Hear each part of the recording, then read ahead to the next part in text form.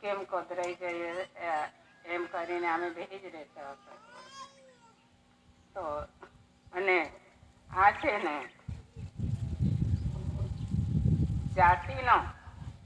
જાતિનો રક્ત નહીં સ્વીકાર્ય જીવાય. આ જાતને આ જાતનો રક્ત નહીં સ્વીકાર્ય જીવા. અને પછી જાતિ સંસ્કાર રહિત જાયોરા જીવ. આ જાતિ સાથે કેવો સંસ્કાર રાખવો જોઈએ તે જાતના રક્ત નહીં સ્વીકાર્યો જીવા. આ જાતના રક્ત નહીં સ્વીકાર્યો એટલે એમને માન્ય નહીં. અને જાતિ સંસ્કાર રહિત જાયોરા જીવ. આ જાતનો સંસ્કાર કેવા છે તે નહીં ઓળખ્યા આજે કોઈએ. એટલા માટે ખવડાવવાનો બી કદર લાગે, કાંઈક પાણી પીવડાવવાનો કદર લાગે, એવો જાતને કોઈ ઓળખી નહીં પાડ્યા. એ દાદા આપણા જાતમાં આવ્યો છે. આ મનુષ્ય જાતમાં આવ્યો છે. ખાલી આદિવાસી માટે નથી આવ્યો, પણ જાત લઈને આવ્યો છે દાદા. એને ઓળખી લો એમ. તો પછી આ છેલ્લે જાતનો ઓળખાણ ચૂક્યો આજે રાજી. આ જાતનો ઓળખાણ ચૂકી ગયેલો છે આ જીવ. એવું આપ્યું છે. જાતને કોઈ ઓળખતું નથી. જાતનો ઓળખાણ ચૂકી ગયો છે ને આદિમ જાતિ આખાય ભૂલ્યો રા.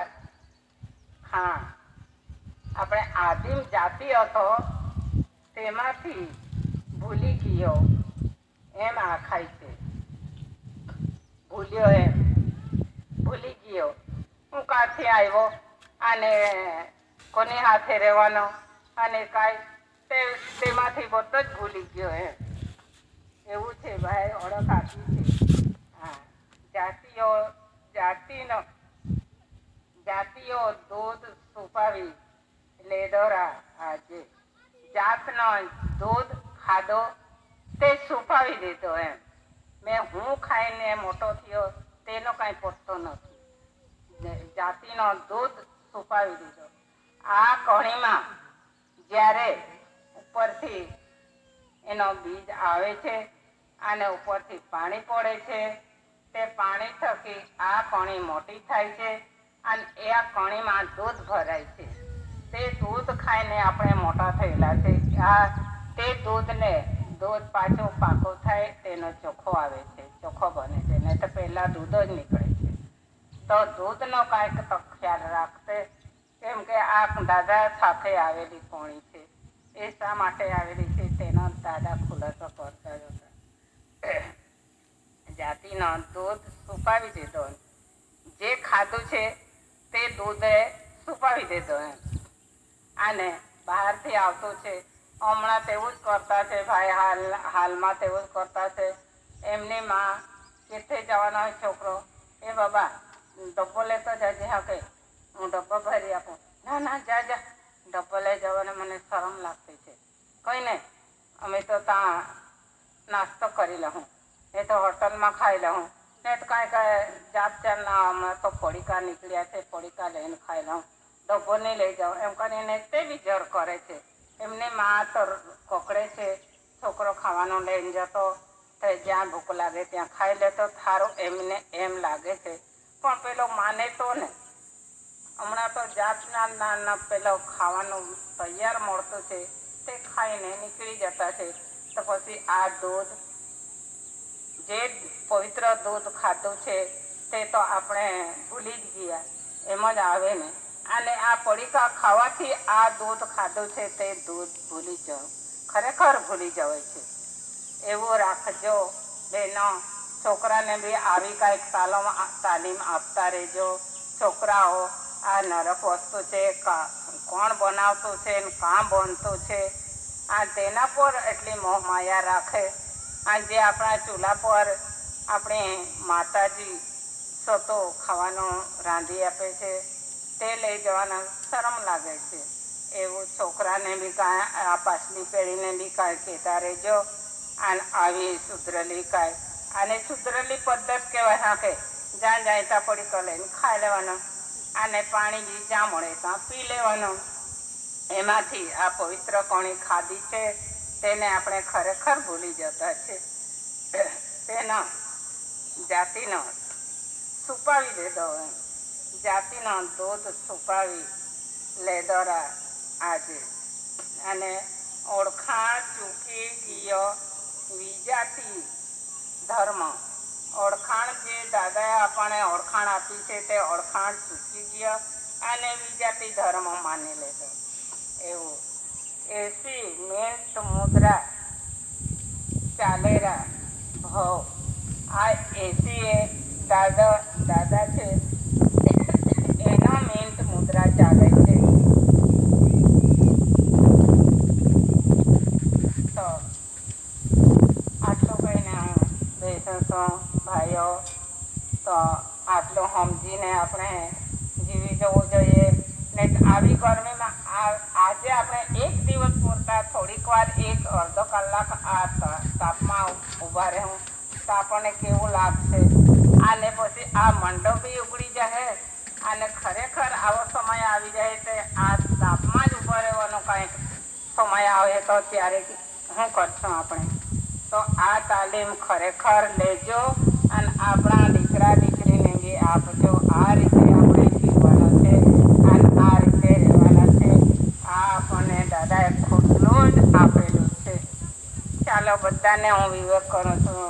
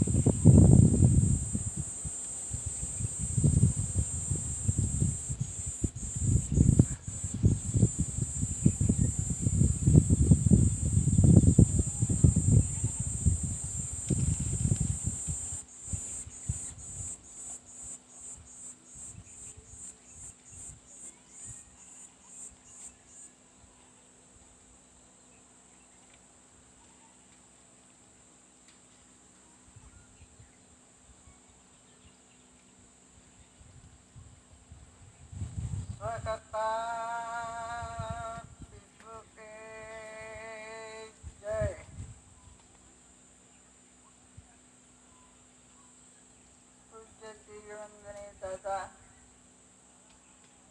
માજીઓ ભાઈઓ બહેનો કન્સર્વેશન સમિતિ તેમજ નાના બાળકો સર્વેને મારા હાર્દિક સ્વાગત કીધું કે જય. પિતૃ પદ સત્ય है,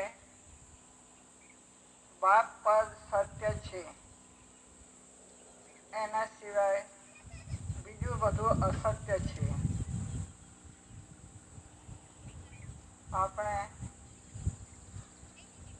દરેક જીવો આ ધરતી પર આવ્યા છીએ તો આ જીવોનો પિતા એટલે કે જે સર્જનહાર પિતા બાપ છે તેના આપણે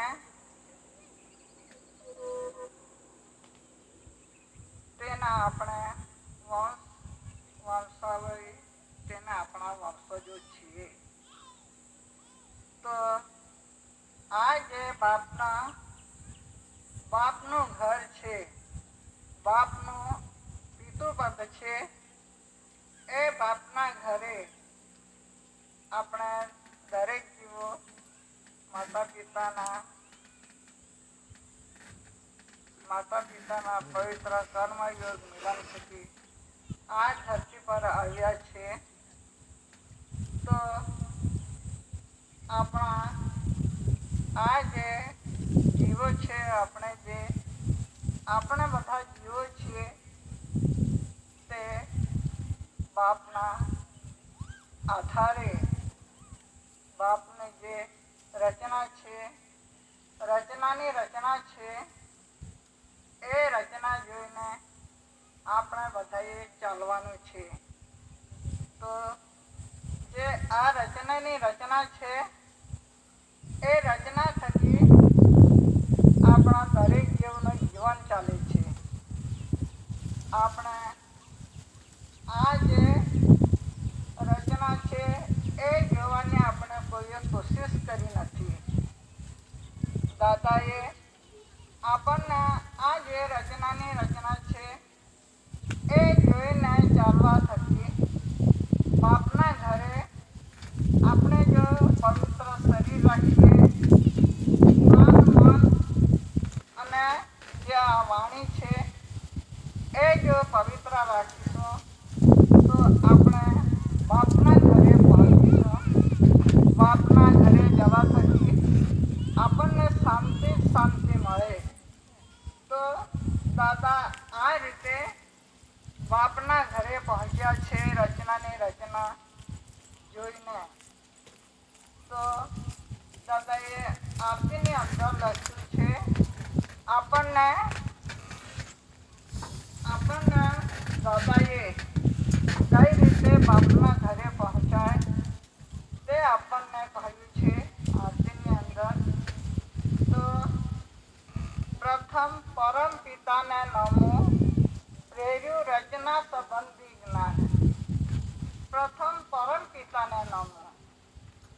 તો દાદા કહે છે કે હું પહેલા પ્રથમ જે સર્જનહાર પિતા છે તે પ્રથમ પરમ પિતાને નમો, બાપને નમો એમ કહે છે દાદા. તો પ્રથમ પરમ પિતાને નમો, પ્રેર્યું રચના સંબંધી જ્ઞાન.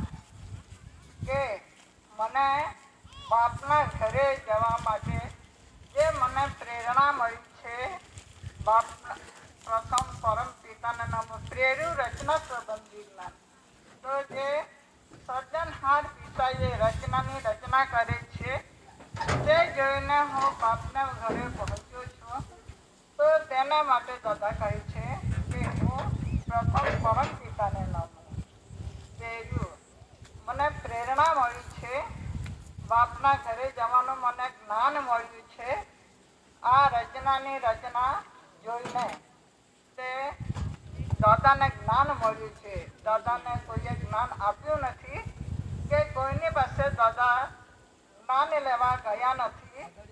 તો આ જે શરીર છે અને જે શરીરની અંદર જે રચના કરી છે તેના થકી જે આંખ છે, કાન છે, જે શરીરની રચના છે તે રચના થકી જ મેં આ જે રચના જોઈ છે તે જોઈને હું બાપના ઘરે પહોંચ્યો છું. તો તે માટે દાદા કહે છે કે સર્જનહાર પિતાએ જ્ઞાન આપ્યું છે આ રચનાની રચના જોવા માટે.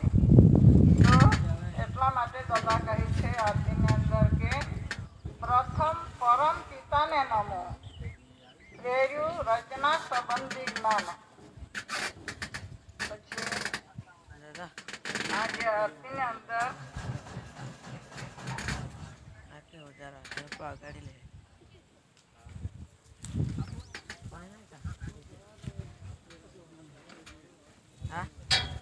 હાથ ગતિએ સ્થગિત કર્યા,